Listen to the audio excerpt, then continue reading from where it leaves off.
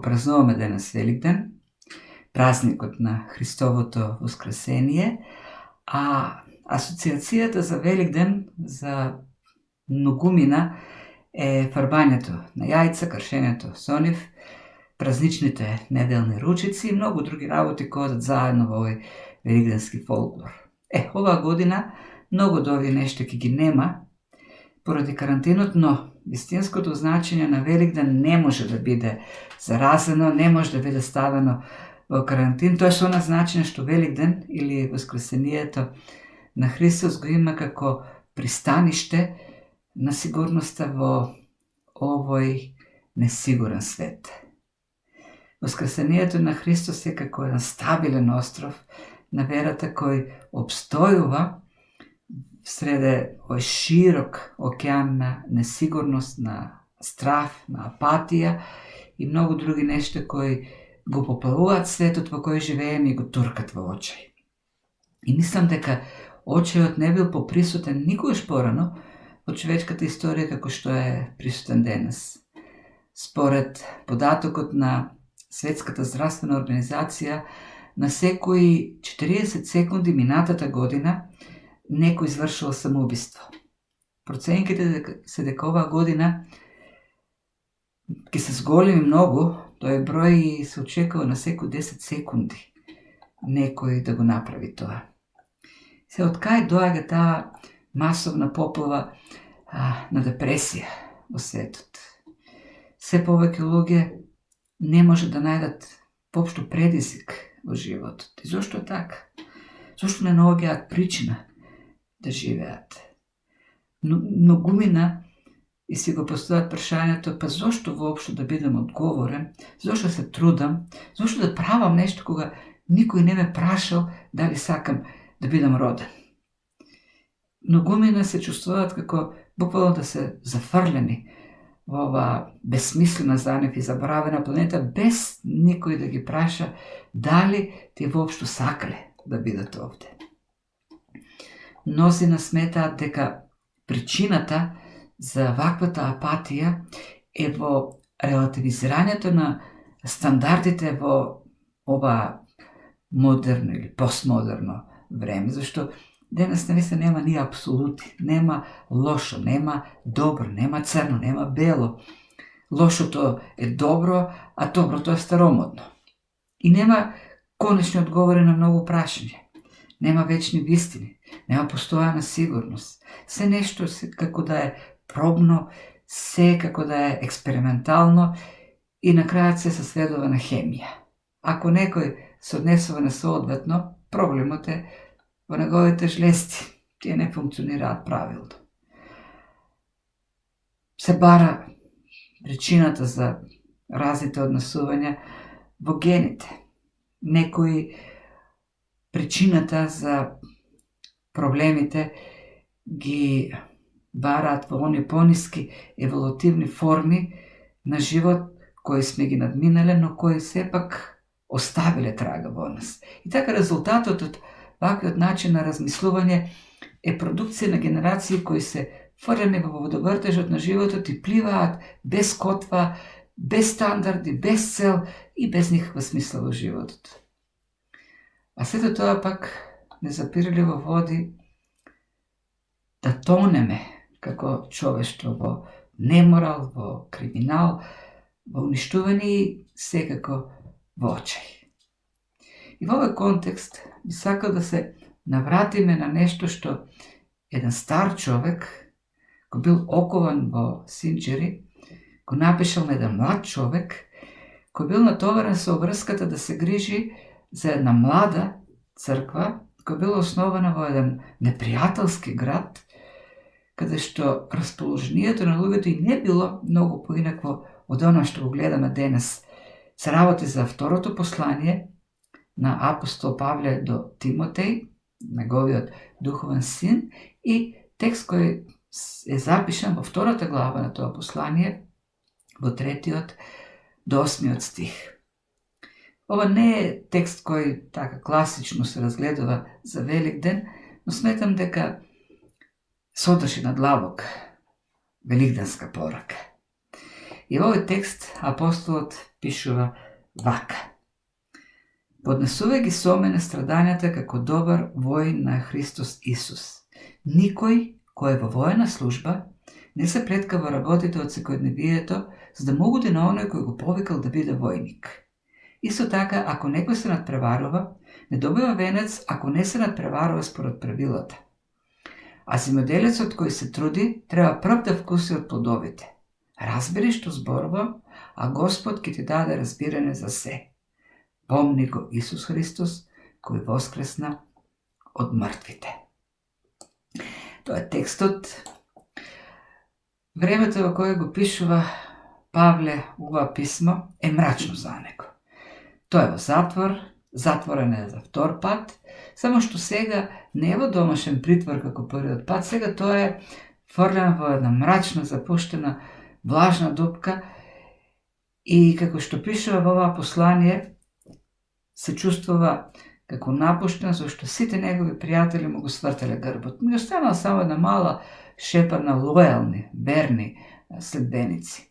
Така да тој е осамен, премрзнат и во писмото го моли Тимотеј кога ќе дојде да му ја донесе наметката, што се ја оставил во Троја.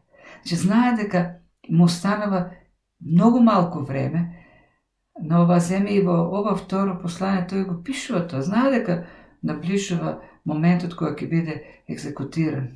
Навистина тешко време за апостолот. И во такво време пишува писмо на Тимотеј, млад, неискусен пастир, кој остана во голем град Ефес да се грижи за таа бебешка црква во време на лажни морални норми, во време на цинизам и на сеопшта декаденција на општеството, време кој не е многу поинакво од ова нашето денешното. И сепак, независно од сите тие околности, независно од колку мрачна ситуацијата во која се наоѓа Павле, не можеме да откриеме ни трага од очај во неговите зборови. Тој нема велиме Павле на Тимотеј, џабе ти е да се трудиш, се е безсмислено. Види ме мене. Сум основал црква, сум пишувал, толку многу цркви сум основал, сум пишувал посланија, сум евангелизирал и кај сум сега? Сега сум затворен, напуштен, осамен. И покрај силото што сум го вложил за Господа, ова е мојата сега судбина. Не. Апостолот му пишува на Тимотеј, има ја посветеноста што има добриот војник. Биди дисциплиниран како добриот атлетичар. Има ја трудолюбивоста на добриот земјоделец. А најмногу од се, постојано имај го во мислите фактот дека Христос воскресна од мртвите. Можеме да видиме дека апостолот користи три модели, три лика, тоест три примери кои треба да ги следи Тимотеј, за да успешно се справи со оној предизвик пред кој е исправен како млад служител. Сериозен предизвик има пред него, предизвик кој не е поинаков од нашиот. Сите ние сме справени пред тој предизвик да се справиме добро со животот. Првиот модел кој е представен пред Тимотеј е добриот војник или посветениот војник. Еден добар војник се интересира само од исполнувањето на задачата која му е доделена од претпоставениот старешина.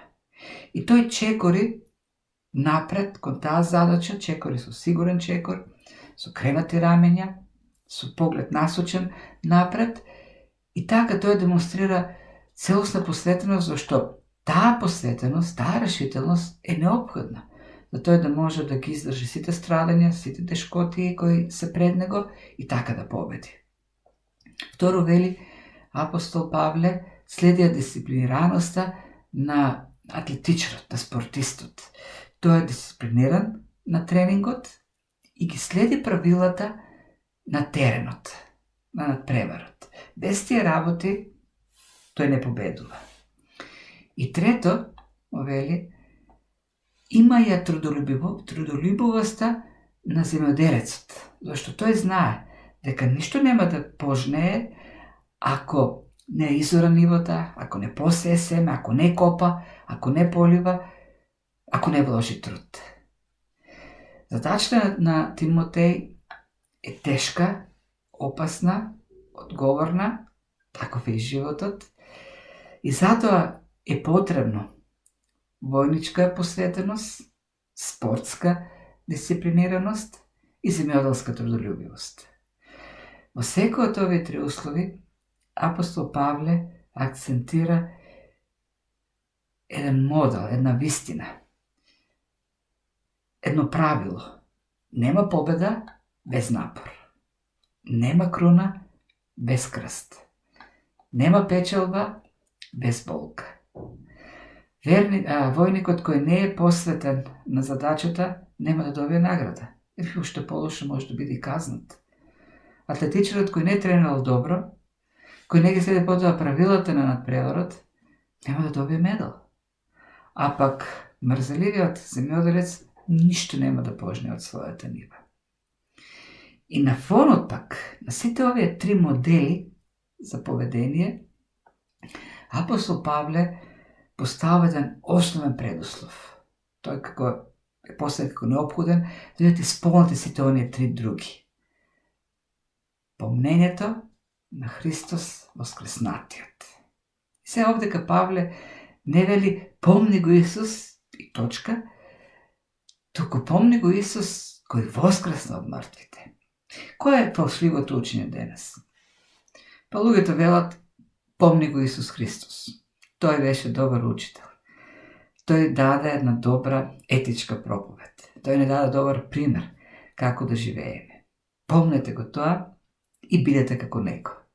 Но ако тоа е целата христијанска порака, тогаш и нема многу надеж во неа. Да, несомнено Христос беше добар пример. Несомнено покажа нежност, покажа сила, правда, покажа љубов, сочувство, грижа. Но ако е само тоа, кога ќе стигнеме на крајот на неговиот живот, нема да најдеме ништо повеќе. Таму ќе има само крв, смрт, страв. Тој беше убиен и колку и неговиот пример беше прекрасен, сепак заврши. Неговата уста колку и мудро да збореше, замолкна. Неговото срце колку и да беше широко да ги опфати сите, престана да чука. Неговите очи колку и да беа благи и кротки, сјајот од нив згасна. И со тоа надежта за неговиот добар пример. Таа беше погребана во темнината. Но тоа не е крајот на приказната. Апостол Павле не пропушта да напише на Тимотеј помни го Исус Христос кој воскресна од мртвите. Помни дека вистината не може да биде распната, не може да биде убиена, не може да биде погребана. Помни, вели апостол Павле, дека оној што го прави животот убав не остана во гробот. Тој воскресна од мртвите и го излеа својот дух врз луѓето. Ги исполни со својата полнота. Направи да бидат полни со Божјото присуство. Тоа значи дека Исус Христос воскресна од мртвите за да биде сега со мене. Додека ја говорам оваа беседа и да даде јасноти, да даде сила, да даде благослов на пораката. Но во исто време тој може да и на другиот крај на земјата. Да биде покрај некој човек кој страда, кој се бори против болеста, кој е осамен во тешкотија и бара спас, бара помош. Тој покрај некоја мајка сигурно која е покрај болното дете и се моли, очино бара исцеление. Во исто време тој може да биде и покрај скршен и очен човек кој бара очено утеха. И тоа е големината на Христовото воскресение. Господ Исус воскресна да биде со мене, да биде со нас во секое време, на секое место. Да, сега, тој воскресна првенствено да ја победи смртта и да ни даде вечен живот. Тоа е ултимативната цел, основната цел на воскресението. И да, еден ден тој ќе дојде и ќе не воведе во неговото царство. Tamo kada što nema veke da ima solzi, nema da ima stradanja, nema da ima smrt, nema da ima bolka. No znači li to дека сега treba samo da sedime, da kukаме pоради очиот во светот и да чекаме да дојде смртта, а со неја и вечниот живот? Не, никако. Господ Исус воскресна за да можеме сега да живееме поинаков живот, овде, на земјата.